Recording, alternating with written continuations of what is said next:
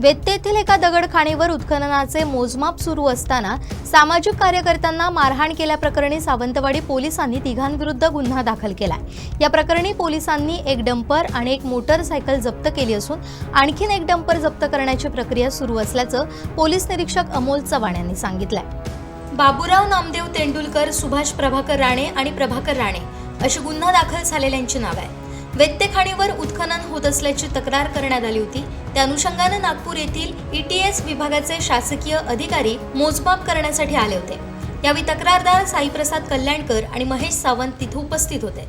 याचा राग धरून खाणमालक आणि त्यांच्या साथीदारांनी तक्रारदारांना मारहाण केली। तक्रारदाराची कार डंपर आडवे लावून अडवण्यात आली, मोबाईल फोडून टाकण्यात आला आणि महेश सावंत यांना लाथाबुक्क्यांनी मारहाण करण्यात आली।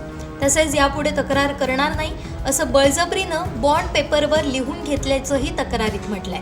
या तक्रारीवरून पोलिसांनी गुन्हा नोंदवून पुढील तपास सुरू केलाय।